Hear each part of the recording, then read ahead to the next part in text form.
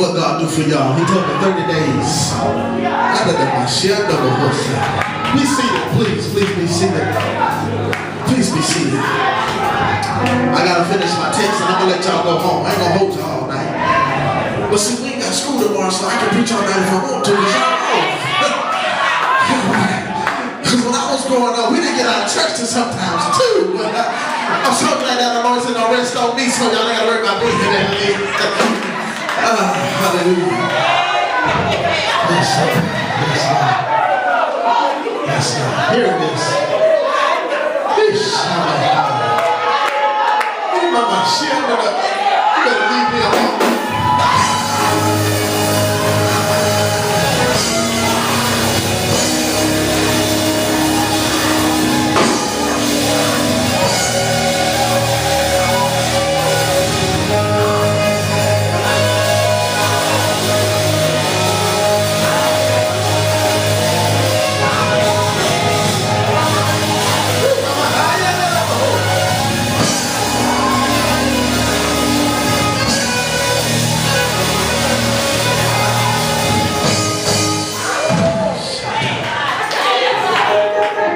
Ezekiel, the 6th chapter, 16, I'm sorry, 16. Ooh, Jesus. I'm gonna preach my text and I'm gonna sit down, I'm telling you. Ezekiel 16, I'm gonna jump down to verse 15.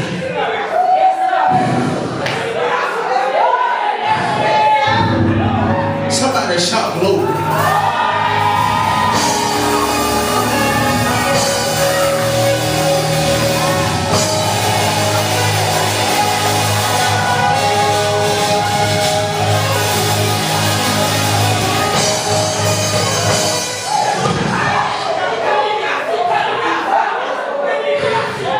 Tell you what he said when I get to preaching. You got to leave me alone.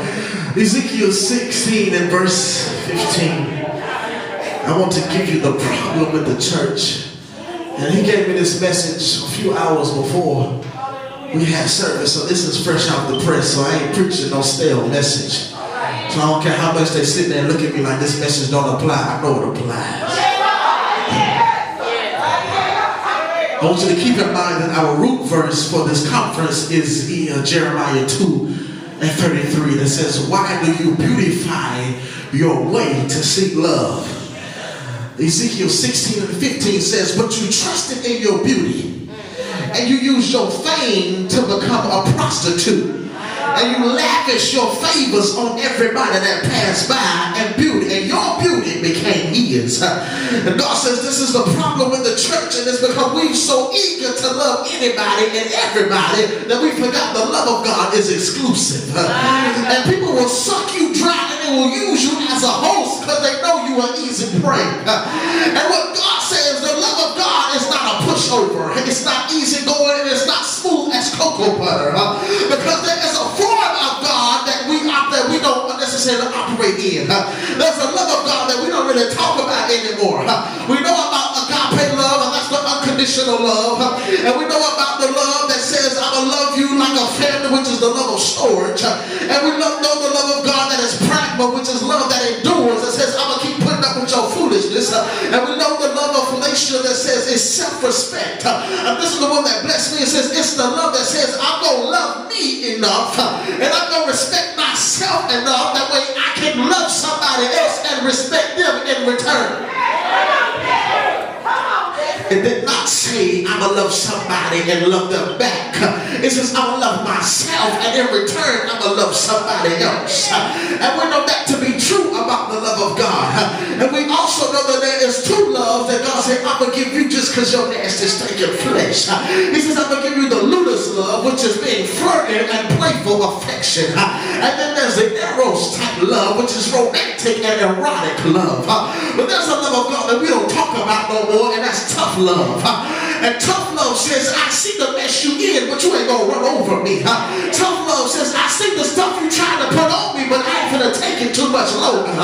What I'm gonna do is I'm gonna tell you about yourself because I want to see you come out of that mess. And what we got to do as children of God is get some tough love about ourselves. I know this is love and kindness, and I know that this is more than glory. But God says, when you gonna let my love step in? When you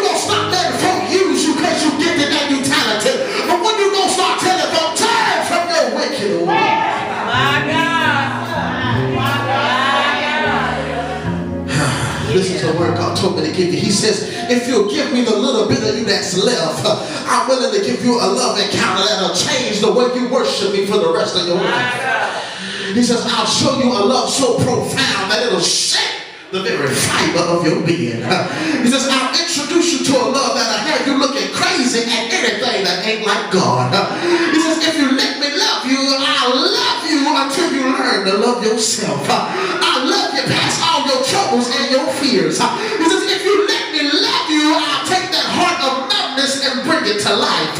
He says, I'll take care of you, and when you get so far up in the love of God, now you'll be saying, I got love all over me, because you touched every part of me.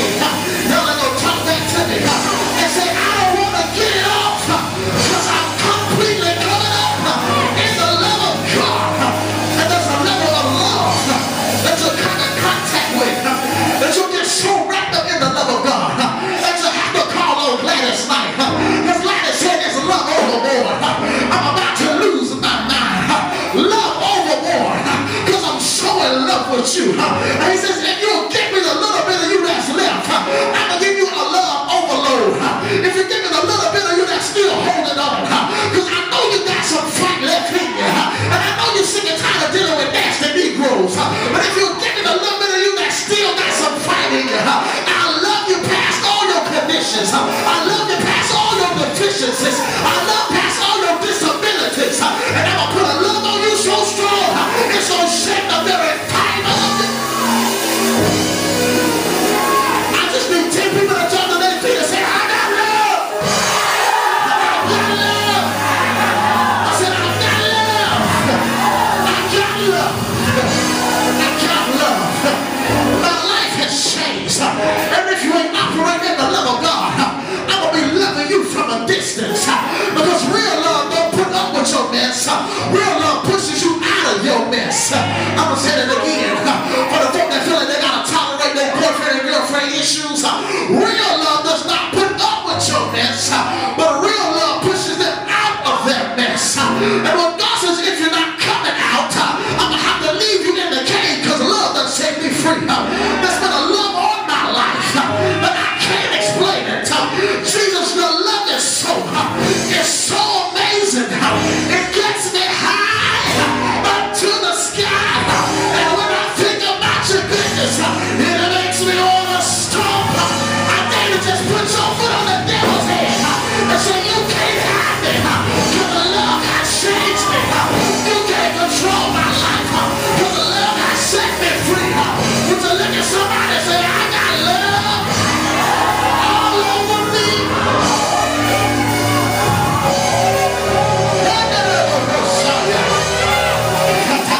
I just need you to stop on hell and tell her I got love. Just when you thought I was done, I fell in love. When they thought you weren't going to make it, you fell in love. When they thought you was going to give up, you fell in love. When you shouldn't have graduated, you fell in love. You ain't supposed to have your master's, but you fell in love.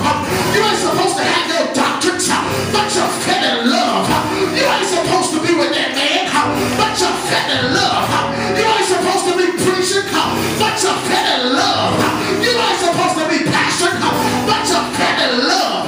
You ain't supposed to be where you are, but you fell in love. And this is for 10 people that say, I fell in love with Jesus, and it's the best thing that I've ever done.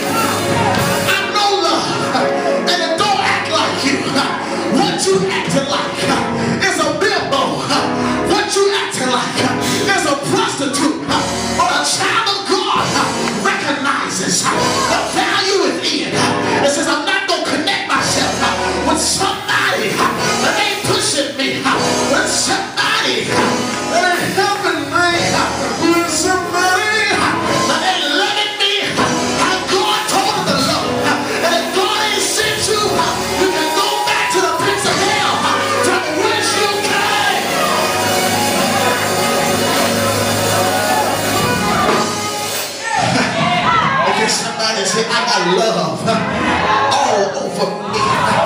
I'm tired of coming to church and leaving the same way. You can sit there and act like I'm lying if you want to, but you know when you leave the church, you still struggling in your flesh. You know when you leave the church, you still concerned about them phony friends. But I just need everybody to stand to their sanctified feet and say, when I leave here tonight, I'm not going to worry myself, because worrying is a sin. I'm not going to worry myself over no good Negroes. But what I'm going to do is, if they're going to come and use me, I'm going to say, take what you want and do it quickly. If you want my money, you better do it quickly, because the quicker I lose it, the quicker God will give it back. If you want my time, you better use it quickly, because I ain't got time to be wasted going back and forth. But would you look at somebody and say, I'm moving forward, I'm moving forward, I'm moving forward.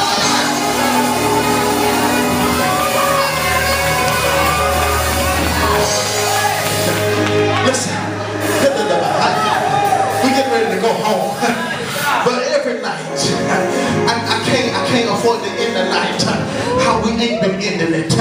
Every night God says, I want to test your level of love. Like, I know I got love and kindness that's gonna shine with me, and I don't want the glory gonna shine with me, but I didn't know, can my visitors get on their feet, because I want to see how much you love your neighbor.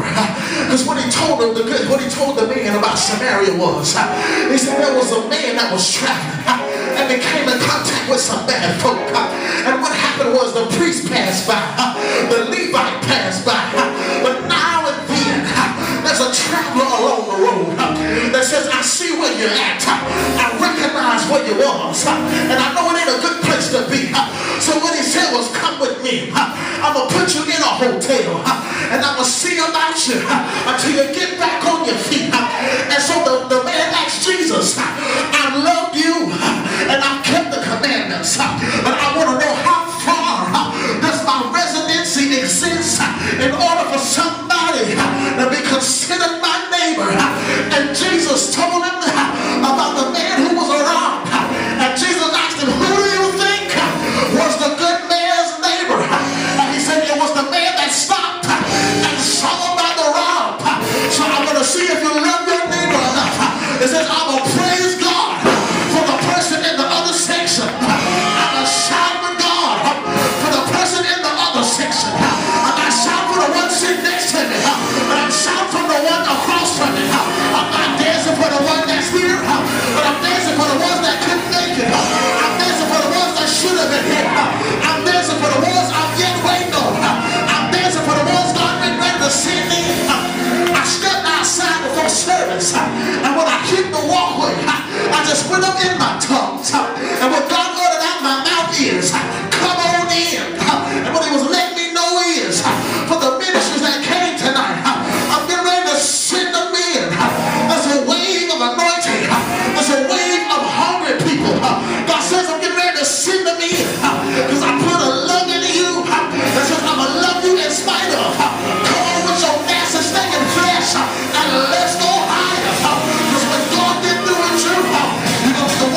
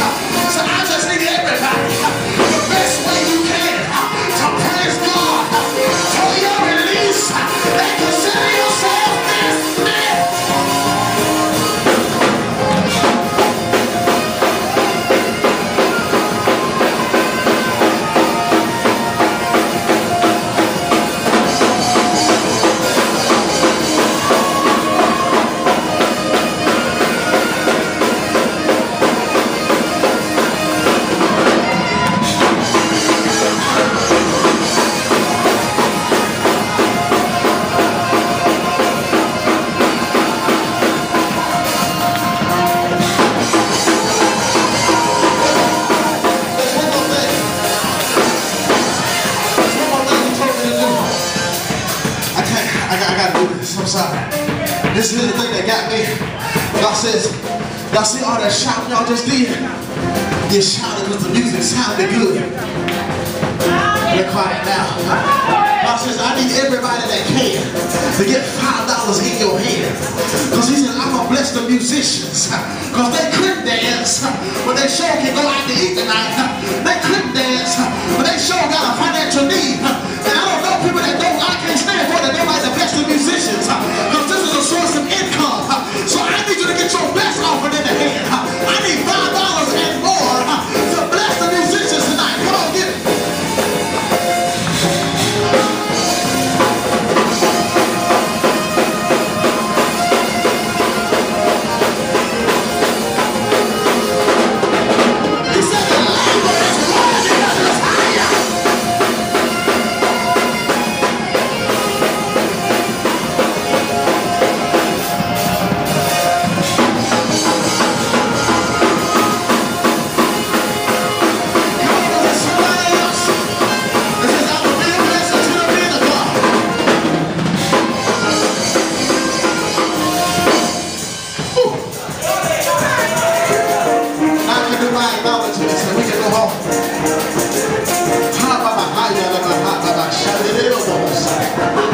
Thank God for the release.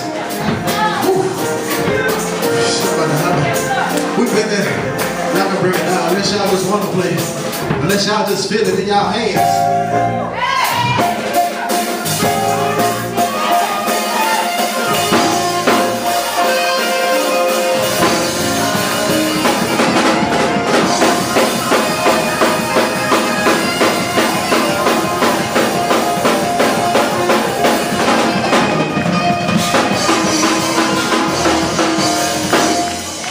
Jesus.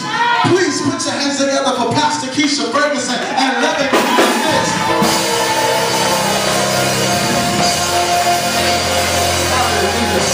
Would you bless God for Elder Schroeder and Joyful Sound International's ministry for fellowship with us? Would you also thank God for Pastor Solomon and Elder Solomon coming out to worship with us tonight? Now, would you just thank God for yourselves? Because it wouldn't have been complete had they not had you. Come on, thank God for yourself.